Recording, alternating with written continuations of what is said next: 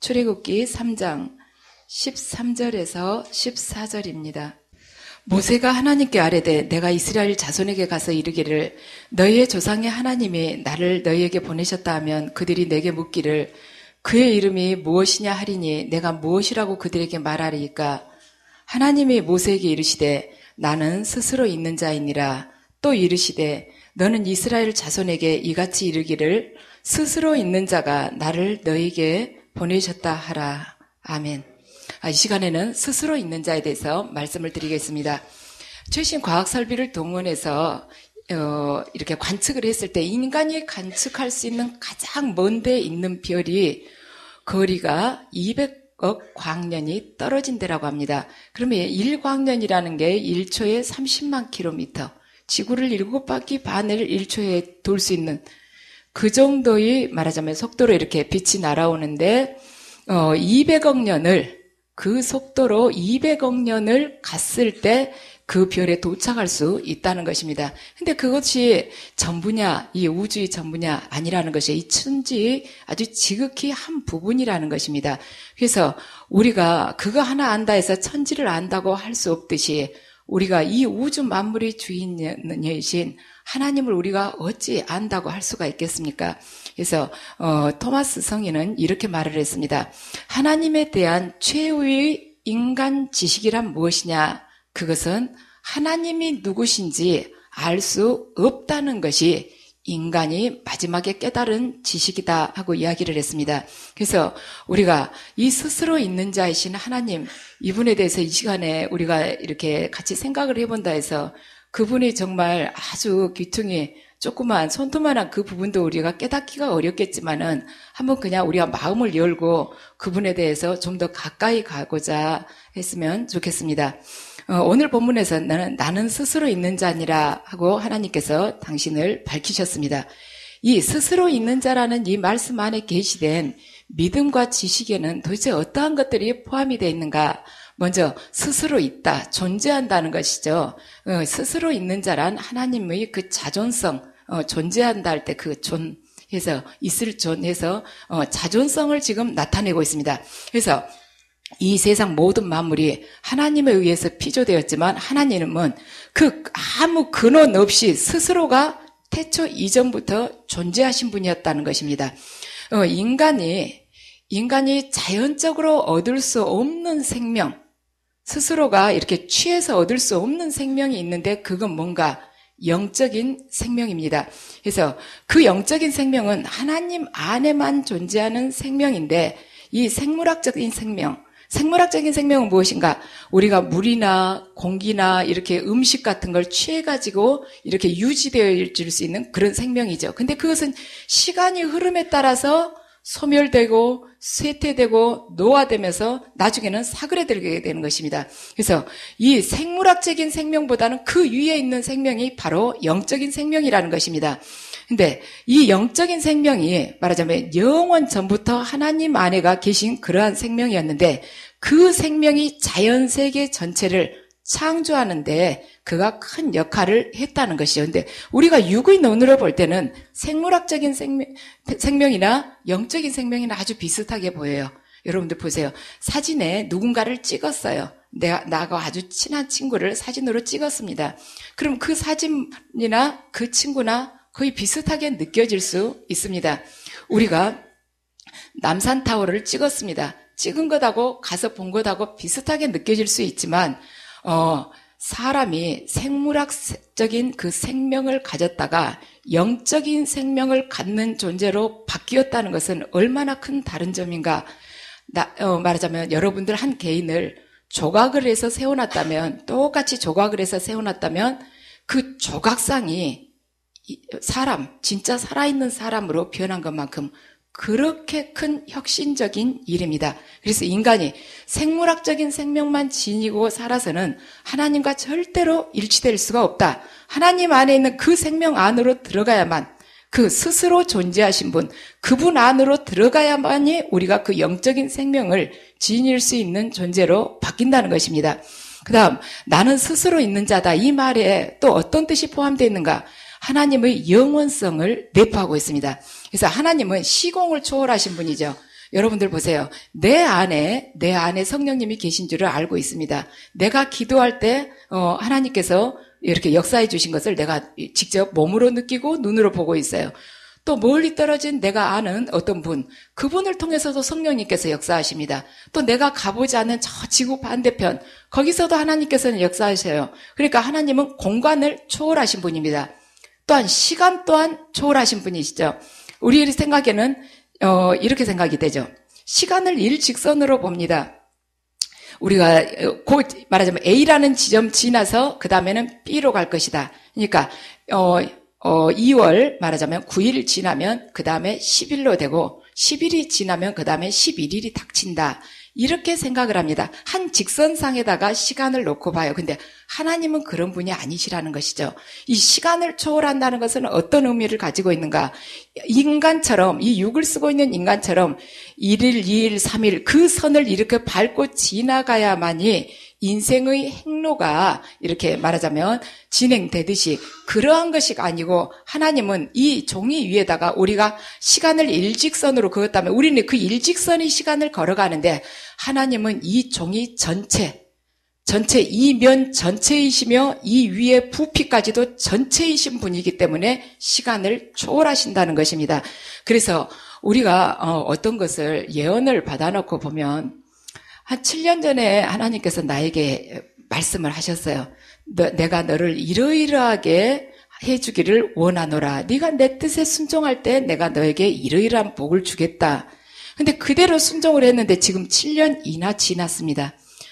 아무 소식이 없어요. 강간무소식입니다.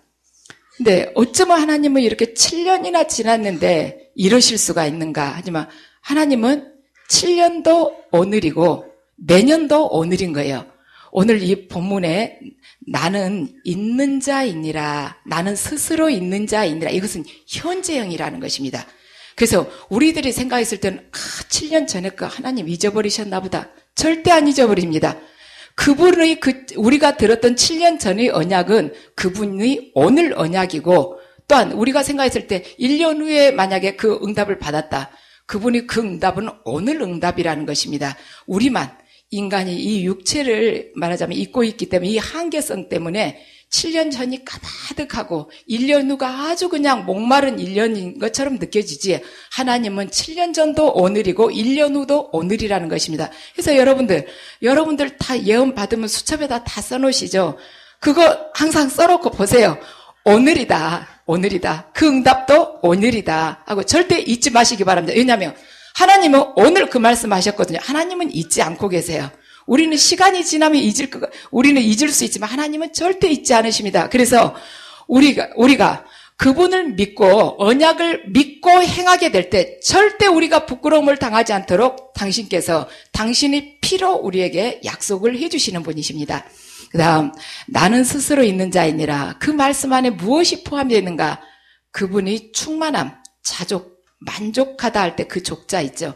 충만함을 지금 뜻하고 있습니다. 스스로 있는 자이시기 때문에 아무것도 필요하지가 않아요. 그렇지만 그분께서 천지를 창조하시고 인간을 창조하셨습니다.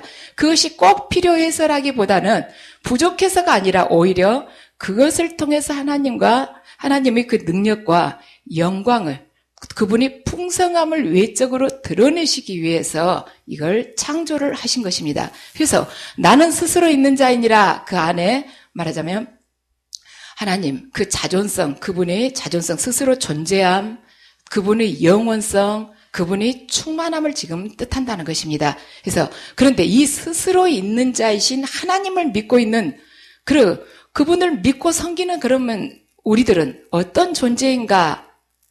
우리는 하나님께서 지어내신 피조물이기 때문에 의존적인 존재입니다. 그분께 의지하고 그분으로부터 공급을 받아야 되는 존재예요.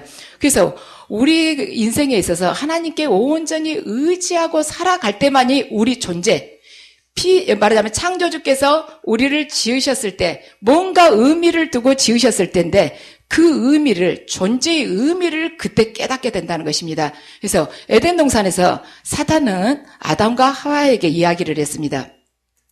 네, 선악과 저거 먹으면 어떻게 된다든가 저거 먹으면 눈이 밝아져서 우리가 선악을 알게 된다. 하나님하고 똑같이 선악을 알게 된다고 했다.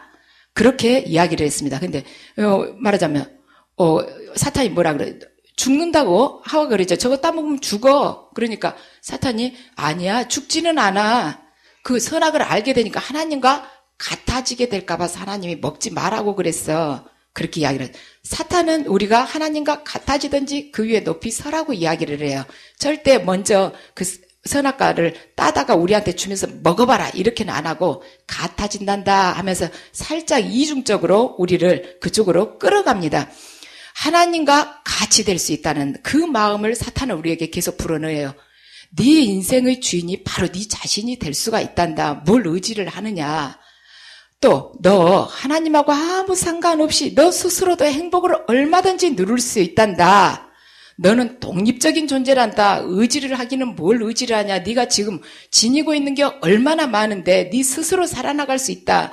이 생각을 사탄은 인간에게 계속 주는 것입니다. 너 봐라. 하나님께 의지하면 네 존재 가치가 뭐가 있느냐. 너 다 의지하면 네 개성 없어지잖아. 네가 얼마나 똑똑한데 의지해봐. 이것도 저것도 아니지. 야, 너 학교 다닐 때 맨날 1등만 했는데 꼴찌하고 똑같지 않겠냐. 의지하고 있으면 꼴찌도 의지하고 너도 의지하면 너 뭐 드러나는 게 뭐가 있냐고. 이렇게 사탄은 계속 우리 마음에 간사하게 교만하게끔 계속해서 우리를 부추기는데 하나님은 그게 아니라는 것입니다. 너희들이 나에게 의지할 때 온전한 생명을 갖게 되는 것이고 충만함을 갖게 된 것이고 능력을 너희들이 누리게 되고 기쁨과 평화를 그때 누리게 되는 것이란다 하고 하나님은 우리에게 계속해서 우리 마음속에서 그걸 말하자면 불러일으키게끔 도와주십니다.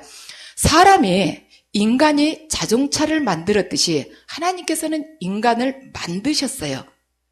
사람이 자동차를 만들어냈습니다. 하나님이 인간을 만들어냈어요. 흙으로 빚어서 만드신 거예요. 하나님이 인간을 낳지를 않았습니다. 낳았다 하면 처음부터 우리는 하나님의 아들이 될 수가 있는 것이죠. 만든 거예요. 사람하고 자동차하고 완전히 판이하게 다르듯이 하나님하고 인간하고 완전히 이렇게 다른 존재였습니다. 근데 사람은 자동차를 만들 때 자동차에다가 휘발유를 넣어야만이 자동차가 잘 달리게끔 그렇게 만들어냈어요. 하나님은 인간을 만들 때 인간 안에 하나님 그분 자신을 넣어야만이 인간을 달리게끔 만들어 놓으셨습니다. 그래서 그분 스스로 우리 영혼의 말하자면 우리 영혼 속에서 연소가 될 그 에너지가 되시고 또 우리 영혼의 양식이 되어주시고자 하는 것입니다. 그래서 이스라엘 백성들은 근데 어떻게 생각을 했냐. 하나님으로부터 말하자면 완전히 분리되는 것, 내 마음대로 사는 것, 그렇게 행하는 것이 자기들 존재가 있다고 생각을 한 것이에요. 그럼으로써 그들이 살만해지니까 배부르고 등 따수니까 그때부터는 이제 거만하게 행하면서 우상을 섬기고 사는 자로 바뀌게 된 것입니다. 그런데 우리가 살아가면서 가장 지혜로운 것이 뭔가 하나님께 의지하는 것입니다. 인간 자체로는 절대로 충족될 수가 없는 존재입니다. 자, 인간이 스스로 있는 자인 하나님에게 의지하면서 섬기는 이 존재인데 그럼 우리가 어떤 특성을 가지고 있는가? 첫 번째는 인간이란 의존적인 존재이고 두 번째는 하나님께서는 인간의 모든 필요를 충족시키는 분이신 것입니다. 인간이란 아무것도 없어요, 원래는. 그래서 인간이란 원래 근본적으로 어떤 존재인가? 절대적이고 영원한 것이 아니면 만족을 못하는 존재입니다. 여러분들 보세요. 여러분들이 어떠한 것, 내가 만약에 20평 아파트에 살았다. 근데 애들이 커가니까 30평만 됐으면 원이었겠다. 그래서 개미처럼 막 땀 흘려가지고 열심히 벌고 저축하고 이래가지고 30평 아파트로 이제 이사를 갔어요. 그러면 살 것 같습니까? 우리가 처음에 20평 집에 살 때는 30평 사는 사람은 걱정 하나도 없을 것 같죠. 근데 30평 갔더니 걱정이 한 10평 늘어난 만큼 또 생기는 거예요. 거기서 해결할 수 없는 걱정이 또 되는 겁니다. 이사 가기 전에 벌써 그러죠. 아파트 30평 다 계약해놓자마자 뭐 문제가 툭 떨어지지 않습니까? 그거 아직 이사도 덜 갔는데 인간이란 끊임없이 문제가 떨어지게 마련이에요. 그리고 그 안에서 해결이 돼도 눈에 보이지 않는 그 목마름, 갈증, 그리고 허무함이 인간을 계속 지배를 하는 것입니다. 이것이 언제 없어지는가?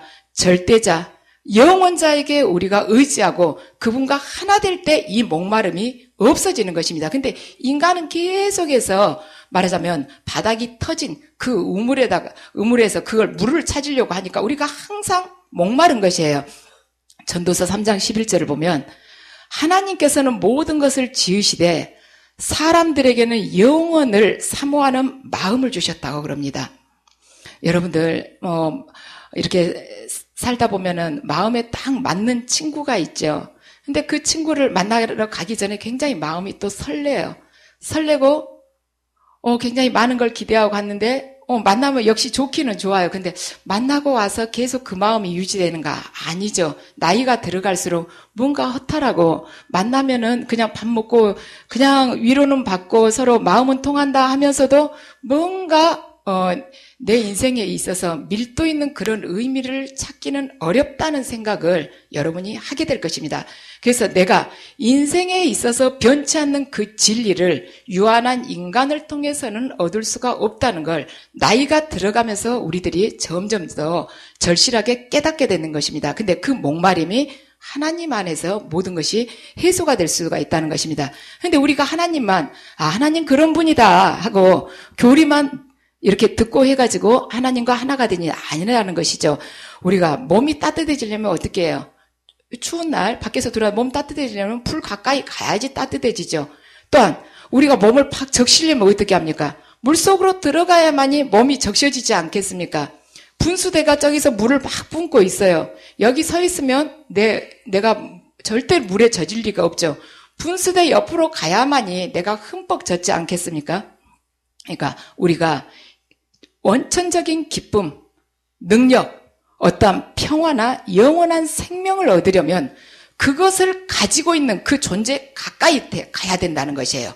가까이 갈 뿐더러 더 나아가서 그 속으로, 그 안으로 완전히 들어가서 연합돼야 된다는 것입니다. 그래서 우리가 하나님과 연합됐을 경우에 그 사람이 영원한 생명 그 자체인 그분하고 연합됐을 때 그 사람이 어떻게 영원한 생명을 갖지 않을 수 있으며 하나님과 분리된 사람이 어떻게 영원한 생명을 가질 수가 있겠습니까?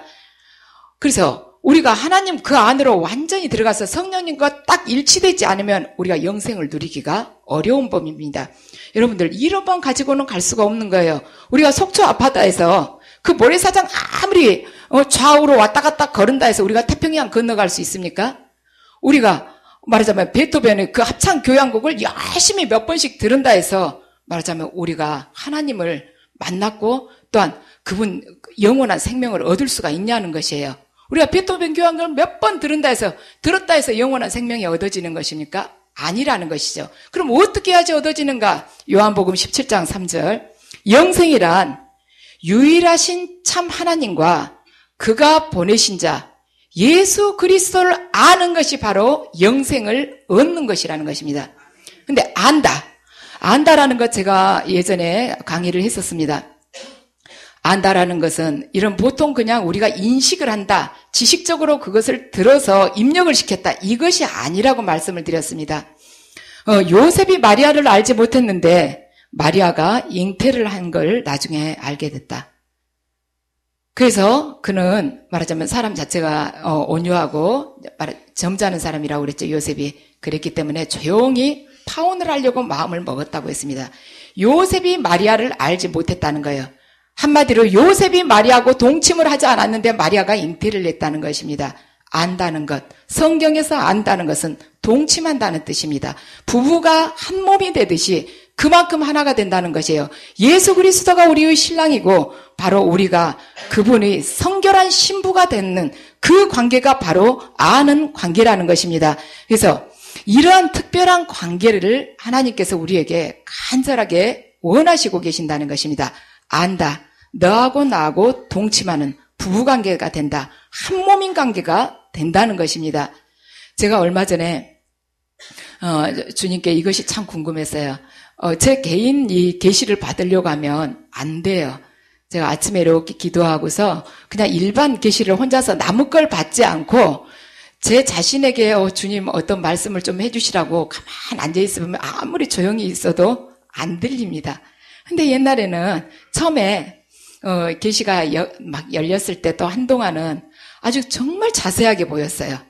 그래가지고, 말하자면 조그만 새 깃털까지 병아리 이 발톱 있죠? 발톱 속에 있는 빨간 그 피 비치는 거 있죠?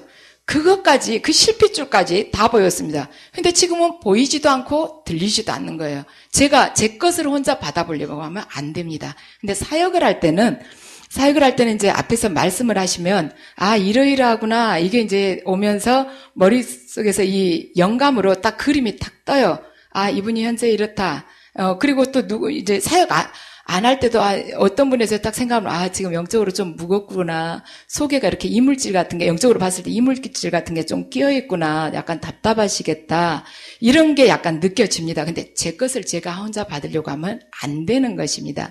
그래서 제가 목사님한테 이제 물어봤죠. 제 거 한번 계시를 받아보자고. 왜 제가 저 것을 혼자 받으려고 하면은 안 되는가. 사역할 때는 이제 이렇게 허락을 해주시지만, 그래서 예언을 받았는데, 이제 너는 복음을 알지 않느냐. 그러니까 너는 스스로 있는 자가 되라고 주님이 말씀을 하셨습니다. 너 복음을 알고 있지 않느냐. 너 이제는 스스로 있는 자가 되라. 제가 이 말씀을 듣고 이제 혼자 곰곰이 생각을 해봤어요. 그래서 그 의미가 무엇인가? 그 의미란 이 스스로 있는 자,